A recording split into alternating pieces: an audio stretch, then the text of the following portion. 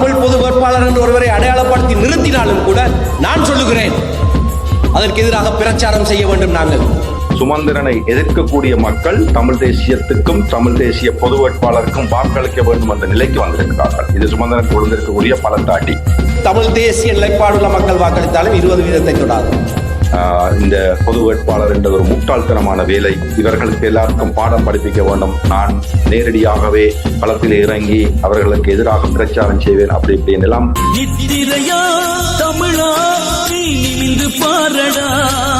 இந்த நிலத்தில் உனக்கும் உரிமை உண்டு, எழுந்து சேரடா. தமிழனுக்கு இந்த மண்ணில் சொந்தம் இல்லையாம், உந்தன் தாய் நிலத்தில் உனக்கு ஒரு பந்தம் இல்லையாம். இது அரசியல் சமர், நடப்பதும் நடக்க இருப்பதும் என்ன. என் இனிய தமிழ் மக்களே வணக்கம். இன்றும் ஒரு புதுவிதமான காணொளியோடு சந்திப்போம்.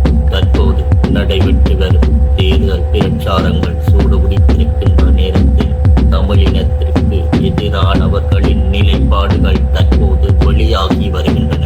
தமிழரசு கட்சியில் இருந்து கொண்டு தமிழரை குழி தோண்டி புதைக்கும் செயல்பாடுகளில் ஈடுபட்டு வரும் சுமந்திரனின் கபட நாடகங்களை அரங்கேற்றுகின்ற பதிவாக இது அமைகிறது. பிரபல தொழிலதிபர் பிரத்யோக தளம் ஒன்றுக்கு வழங்கிய பதிவின் பிரதிகளாக இது அமைகிறது. அவர் பல்வேறுபட்ட கருத்துக்களை வெளியிட்டிருந்தார்.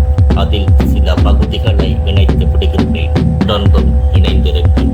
முதலாக இந்த காணொளியை பார்ப்பவர்களாக இருந்தால் மறக்காமல் சப்ஸ்கிரைப் செய்து பக்கத்தில் இருக்கிற பெல் ஐகானை கிளிக் செய்து ஆதரவுகளை தாருங்கள். இன்று இங்கே ஒரு மாற்றம் நிகழ்ந்திருக்கிறது. இங்கே ஒரு ஏராளமான புத்திஜீவிகள் சேர்ந்து ஒரு கட்டமைப்பை உருவாக்கி இருக்கிறார்கள். அந்த கட்டமைப்பின் ஊடாக ஏராளமான விடயங்கள் இங்கே மாற்றி அமைக்கப்படுகிறது. ஆரம்பத்திலே அந்த கட்டமைப்பை எம்.ஏ. சுமந்திரன் அவர்கள் மிக கேவலமாக விமர்சித்தார்.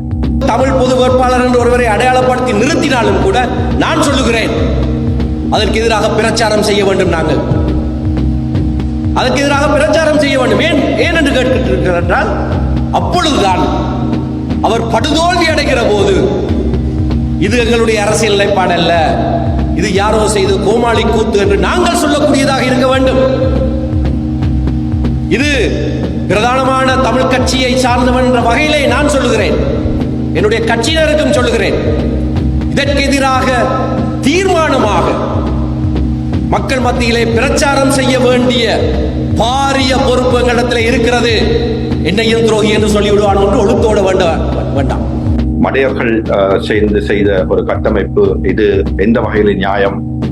இந்த பொது வேட்பாளர் என்ற ஒரு முட்டாள்தனமான வேலை. இவர்களுக்கு எல்லாருக்கும் பாடம் படிப்பிக்க வேண்டும். நான் நேரடியாகவே களத்தில் இறங்கி அவர்களுக்கு எதிராக பிரச்சாரம் செய்வேன் அப்படி இப்படின்னு எல்லாம் விமர்சனத்தை முன்வைத்தார்.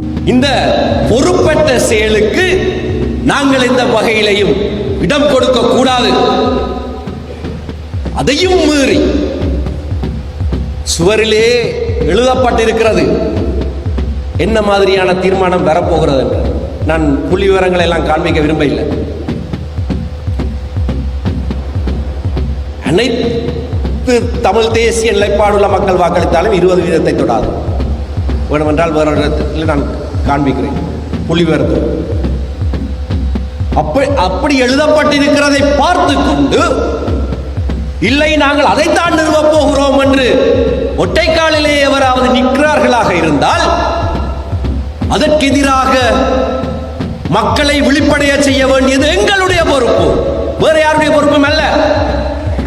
நாங்கள் அதிலே இருந்து ஒளித்தோட போவதும் இல்லை. உடனடியாக துரோகி பட்டம் கட்டி விடுவார்கள். மிக இலகுவான துரோகி பட்டம். அதுக்கு இன்றைக்கு பெருமதியை இல்லாமல் போயிடுச்சு. ஆனால் இன்று அவர் வைத்த விமர்சனம் இந்த பொது வேட்பாளருக்கு பலமாக அமைந்திருக்கிறது. அது ஒரு உண்டு சக்தியாக அமைந்திருக்கிறது. காரணம் இங்கே என்னவென்று சொன்னால், சுமந்திரனை எதிர்க்கக்கூடிய மக்கள் தமிழ் தேசியத்துக்கும் தமிழ் தேசிய பொது வேட்பாளருக்கும் வாக்களிக்க வேண்டும் என்ற நிலைக்கு வந்திருக்கிறார்கள். இது சுமந்திரன் கொடுத்திருக்கக்கூடிய பலத்தாட்டி. இன்னொரு சவால் இருக்கிறது இந்த கட்டமைப்பு. இந்த கட்டமைப்பு வடக்கிழ கிழக்கில் இருக்கக்கூடிய புத்திஜீவிகளால் அமைக்கப்பட்ட ஒரு கட்டமைப்பு. அந்த கட்டமைப்பு இந்த பொது வேட்பாளர் விடயத்தில் தோல்வி அடையுமாக இருந்தால் சுமந்திரனுடைய ஆதிக்கம் இங்கே இன்னும் ஆழமாக பதியும். அது தமிழர் தேசத்துக்கு ஒரு பாரிய சவாலாக அமைந்துவிடும். அந்த அடிப்படையிலே இன்று அந்த பொது வேட்பாளரை ஒரு கணிசமான வாக்குகளை பெற வைக்க வேண்டும் என்பதிலே வடக்கு கிழக்கில் இருக்கக்கூடிய புத்திஜீவிகள் அல்லது இந்த ஒழுங்கமைச்சு இருக்கக்கூடிய இந்த குழுவை தாண்டி பொதுமக்கள் இன்று அணிதிரள தொடங்கி இருக்கிறார்கள். அது நிச்சயமாக ஒரு 2 லட்சத்துக்கு மேற்பட்ட வாக்குகளை அந்த பொது வேட்பாளருக்கு கொண்டு வரும். இன்று இருக்கக்கூடிய நிலையிலே வடக்கு கிழக்கிலே வாக்களிக்க வேண்டும், தேசியம் சார்ந்து வாக்களிக்க வேண்டும், சங்க சின்னத்துக்கு வாக்களிக்க வேண்டும் என்ற நிலைப்பாட்டுக்கு மக்கள் வந்திருப்பது ஒரு அதிசயமான ஆச்சரியமாக பார்க்கக்கூடிய ஒரு